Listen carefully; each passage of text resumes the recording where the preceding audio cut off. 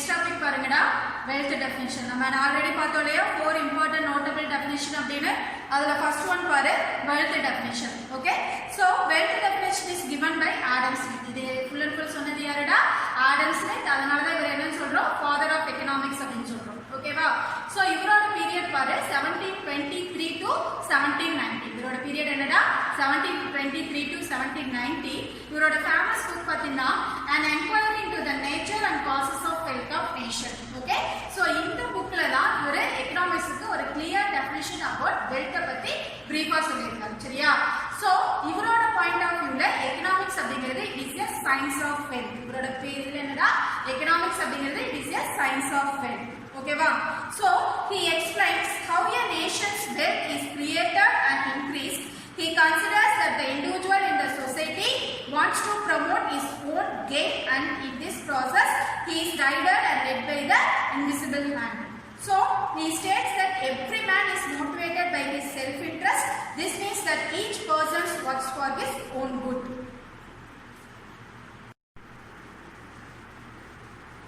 Okay, so இவரோட point of வியூல பாருங்கடா, people every people அவங்க own invest என்னதுல own interestல அதை செல்ஃப் மோட்டிவேட் ஆகி they can earn the wealth. என்ன earn பண்றாங்க?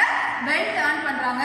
So that means what each person works for his own good. நம்ம ஒவ்வொருத்தரும் என்ன பண்ணுவோம்? நம்மளோட ஸ்டாண்டர்ட் ஆஃப் லிவிங் இம்ப்ரூவ் பண்ணணும் அப்படிங்கறதுக்காக நாம என்ன பண்ணுவோம்? செல்ஃப் இன்ட்ரெஸ்டோட மோட்டிவேட் ஆகி வர்க் பண்ண ஆரம்பிப்போம். அப்ப என்ன ஆகும்? wealth வந்து இன்க்ரீஸ் ஆகும். சரியா? அப்ப இவரோட பாயிண்ட் ஆஃப் வியூல economic as a science of wealth. இவரோட பாயிண்ட் ஆஃப் வியூல எகனாமிக்ஸ் அப்படிங்கிறது என்னடா? science of wealth. சரியா? சோ இவரோட இதுல பாரு Smith favoured the introduction of division of labour. இந்த கான்செப்ட் இன்ட்ரோ듀ஸ் பண்ணாரு, டிவிஷன் ஆஃப் லேபர் அப்படிங்கிற கான்செப்ட். சரியா? இந்த டிவிஷன் ஆஃப் லேபர் அப்படினா என்னன்னு பாத்தீங்கன்னா to increase the quantum of output. இது எதுக்காக இன்ட்ரோ듀ஸ் பண்ணாங்க? அவுட்புட் ஃபார் எக்ஸாம்பிள் ஒரு ஒன் டேல ஒரு இண்டிவிஜுவல் பர்சன் ஃபார் எக்ஸாம்பிள் இப்ப டெய்லர் எடுத்துட்டு அப்படினா ஒரு நாள்ல they can stitch the only 3 to 5 shirts. ஓகேவா? பட் அதே வந்து நம்ம இந்த division of labour concept introduce பண்ணோம் அப்படினா பர் டே நம்ம கார்மெண்ட்ஸ்ல எல்லாம் யூஸ் பண்றோம் இல்லையா? சோ அந்த மாதிரி டிவிஷன் ஆஃப் லேபரை நம்ம இன்ட்ரோ듀ஸ் பண்ணோம் அப்படினா நம்ம பர் டே என்ன பண்ணலாம்? நம்பர் ஆஃப் குவாண்டம் ஆஃப் அவுட்புட்டை வந்து இன்க்ரீஸ் பண்ணலாம். சரியா?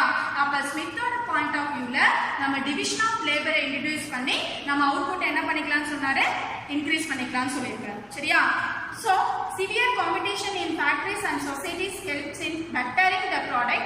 So supply force is very active and commodity is made available to the consumer at the lowest price. Okay? So இப்ப இருக்கிற மாடர்ன் வேர்ல்ட்ல பாத்தீங்கன்னா number of factories and also என்னது number of homes வந்து ரொம்ப அதிகமா இன்க்ரீஸ் ஆயிருக்கு. அப்ப ஆட்டோமேட்டிக்கா என்ன ஆகும்? சப்ளை ஃபோர்ஸ் வந்து ஆக்டிவா இன்க்ரீஸ் ஆகுறப்ப நம்மளோட ப்ராடக்ட் என்ன ஆகும்? லோவஸ்ட் பிரைஸ்ல வந்து நமக்கு கிடைக்க ஆரம்பிக்கும். சரியா? சோ இதுதான் என்னடா ஆடம் ஸ்மித்தோட wealth definition. ஓகே? பட் இத வந்து பாத்தீங்கன்னா many economists என்ன பண்ணிருக்காங்க? கிரிட்டிசைஸ் பண்ணிருக்காங்க. கிரிட்டிசிசம் என்னமா? ஒருத்தர் சொன்ன சஜஷனை மத்தவங்க ஆப்போஸ் பண்றது. திறனாய்வு அப்படின்னு சொல்லுவாங்க இல்லையா? சோ அந்த கிரிட்டிசிசம் பாயிண்ட்ஸ் என்னென்ன அப்படின்னு பார்க்கலாம். சோ இவர் வந்து ஃபுல் அண்ட் ஃபுல் வெல்த் மட்டுமே இம்பார்ட்டன்ஸ் கொடுத்தனால he ignores the human welfare. எதை இக்னோர் பண்ணிருக்காரு? human welfare. சோ இவரோட டெஃபினிஷன்ல ஃபுல் எம்பாசிஸ் எதுக்கு மட்டும் கொடுத்திருக்காரு அப்படின்னா வெல்த்துக்கு மட்டும். எதுக்கு மட்டும் கொடுத்திருக்காரு?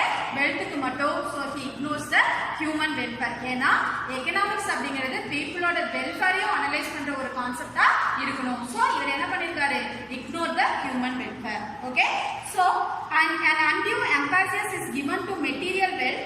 Wealth is treated is to be end in himself.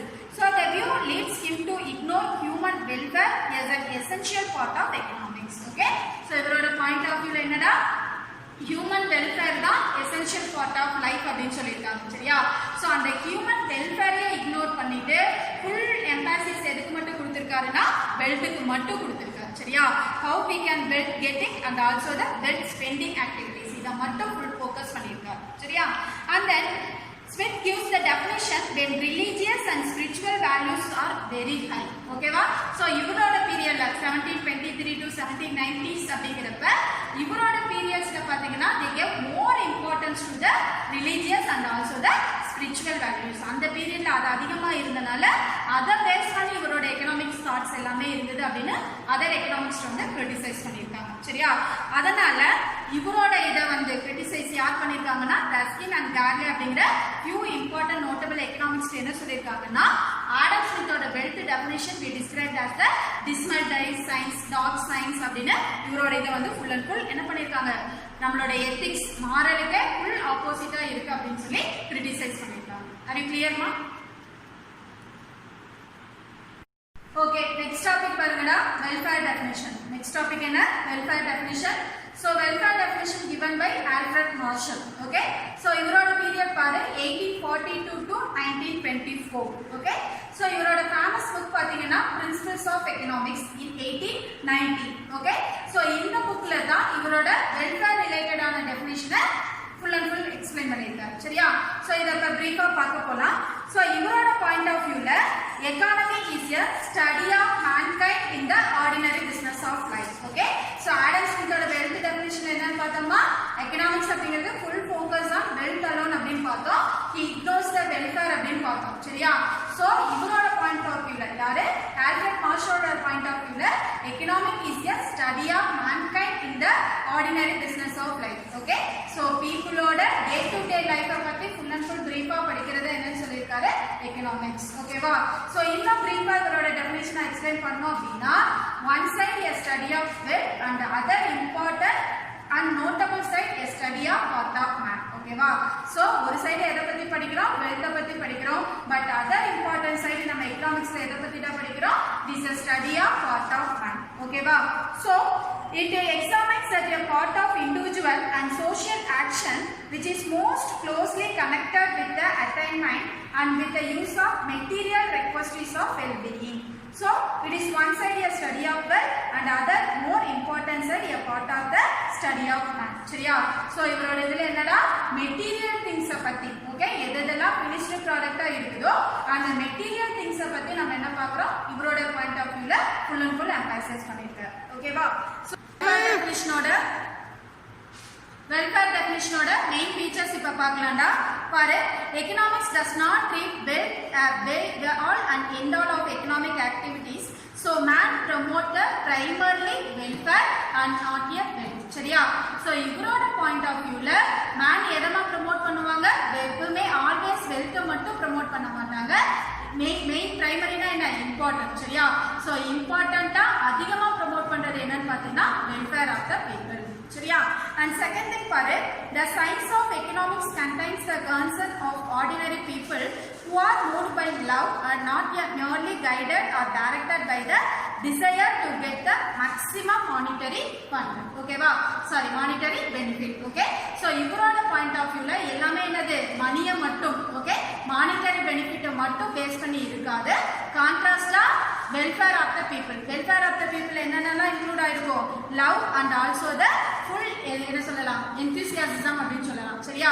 so அதெல்லாம் டிஃபைன் பண்ணி தான் என்ன இருக்கும் இதுல வந்து இன்க்ளூட் ஆயிருக்கும். ஓகே, so இவரோடது என்னடா மேக்ஸிமம் மானிட்டரி பெனிஃபிட் அதிகமா இன்க்ளூட் ஆயிருக்கும். ஓகே, அடுத்து third thing பாரு economic is a social science but it studies the people in the society who influence one another. Okay, so இவரோட பாயிண்ட் ஆஃப் வியூல பாத்தீங்கன்னா பீப்புளோட மூவ்மெண்ட் ஓகே ஒரு சொசைட்டின்னு எடுத்துக்கிட்டோம் அப்படின்னா அந்த சொசைட்டில இருக்கிற பீப்புளோட மூவ்மெண்ட்டை ஃபுல் அண்ட் ஃபுல் அனலைஸ் பண்ணி பேஸ் பண்ணி he given the definition. ஓகேவா? so இதுதான் என்னடா main features of the Alfred Marshall's welfare definition. Okay, so wealth ignore பண்ணிட்டு he promotes the welfare of the people. அடுத்தது maximum monetary benefit emphasize பண்ணிருக்காரு. அடுத்தது social science என்னடா சொசைட்டில இருக்கிற எல்லா பீப்புளை பத்தின ஒரு brief case study தான் என்னன்னு சொல்லிருக்காரு எகனாமிக்ஸ் அப்படின்னு சொல்லிருக்காரு. சரியா? so இவ்ளோ இம்பார்ட்டன்ட் மெயின் ஃபீச்சர்ஸ் இருந்தாலும் இதோட மெயின் கிரிட்டிசிசம்னா என்னடா ஆல்ரெடி சொல்லிருக்கேன்ல ஒருத்தரோட சஜஷனை மத்தவங்க கிரிட்டிசைஸ் பண்றது அதுல என்னென்ன டிமெரிட்ஸ் இருக்கு அப்படின்னு கிரிட்டிசைஸ் பண்றது. சரியா? so இந்த ஃபர்ஸ்ட் கிரிட்டிசிசம் பாரு he emphasizes on only material things. நான் ஆல்ரெடி சொன்னேன் இல்லையா so finished product இருக்கிற material thingsக்கு மட்டும் he give the more importance, he ignore the immaterial things. ஓகேவா? so immaterial thingsனா என்னடா சொல்லலாம் service of doctors, teachers and many other things. ஓகேவா? so அந்த மாதிரி services இவர் என்ன பண்ணிட்டாரு he ignored. okay, so he gave full focus on only the material things. ஓகேவா? and second thing பாரு in the theory of wages Marshall ignored the amount of money that goes a reward for services of immaterial service. Okay, நம்ம இங்கே பார்த்தோம் இல்லையா material திங்ஸ்க்கு மட்டும் தான் அவர் importance கொடுத்தாருன்னு. அப்ப நம்ம சர்வீஸ்க்கு ரெண்டர் பண்ற இம்மெட்டீரியல் திங்ஸ்ல இருந்து வர ரிவார்ட் பேமெண்ட் என்ன பண்ணல இவர் வந்து எக்கனாமிக் திங்கிங்ல வந்து எடுத்துக்கல சரியா so that is the second important critic points okay அடுத்து தேர்ட் திங் பாத்தீங்கன்னா Marshall definition is based on the concept of welfare ஆனா அந்த வெல்ஃபேருக்கு இவர் என்ன பண்ணல கிளியர் டெஃபினிஷன் வந்து டிஃபைன் பண்ணல okay so but it is not clearly defined welfare varies from person to person countries to countries and one period to another period so Marshall clearly distinguishes between those things that are capable of promoting welfare of people and those things that are not ஓகேவா so இவரோட திங்ஸ்ல என்னமா welfare அப்படிங்கிறது எல்லா பீப்புளுக்கும் எல்லா கண்ட்ரிலயும் ஒரே மாதிரி இருக்காது so countries to country person to person இது என்னாகும் இட் ஷுட் பி டிஃபர் அந்த கரெக்ட் டிஸ்ட்ரிபியூஷன் என்ன பண்ணல இவர் கரெக்டா வந்து கிளியரா டிஃபைன் பண்ணல okay so that is one of the important critic points okay அடுத்து ஃபைனலா fourth one பாத்தீங்கன்னா however welfare means happiness or comfortable living condition of an individual or a group of people but the welfare of the individual or nation is depend not only the stock of wealth possessed but also on political social and cultural activities of the nation okay so இவர side இவரோட point of வியூல one side economic is the study of wealth அப்படினு சொன்னாரு இல்லையா so அந்த wealth நம்ம எப்படி measure பண்ணலாம் அப்படினு பாத்தீங்கன்னா stock of a nation countryல இருக்கிற stock of wealth வச்சு மட்டும் தான் நம்ம என்ன பண்ணலாம் எகனாமிக்ஸ் ஓட பாயிண்ட் ஆஃப் வியூல டிஃபைன் பண்ணலாம் மெஷர் பண்ணலாம் அப்படினு சொல்லிருக்காரு பட் இன் ரியல் லைஃப்ல wealth நம்ம எதை மட்டும் வச்சு மெஷர் பண்ண மாட்டோம் stock of the nations okay அது இல்லாம அதர் கண்டிஷன்ஸ் என்ன ஒரு பொலிட்டிக்கல் ரீசனா இருக்கலாம் இல்ல சோஷியல் ரீசன்ஸா இருக்கலாம் இல்ல கல்ச்சுரல் ஆக்டிவிட்டீஸா இருக்கலாம் சோ இத வச்சு நம்ம எதை டிஃபைன் பண்ணலாம் எகனாமிக்ஸோட வெல்த்தை வந்து டிஃபைன் பண்ணலாம் சரியா அப்ப இவர் எதை மட்டும் ஃபோக்கஸ் பண்ணாரு வெல்த் அப்படிங்கறத ஸ்டாக்கை மட்டும் வச்சு இருக்கு அப்படின்னு வந்து ஃபோக்கஸ் பண்ணிட்டாரு சரியாடா சோ எகனாமிக்ஸ் பார்த்தோம் சோ இன்னைக்கு என்னென்னடா பார்த்தோம் இன்ட்ரோடக்ஷன் டு மைக்ரோ எகனாமிக்ஸ் பார்த்தோம் எகனாமிக்ஸோட மீனிங் பார்த்தோம் அதோட நேச்சர் பார்த்தோம் அதை ஃபாலோ பண்ணி two important definition wealth definition and welfare definition are you clear ma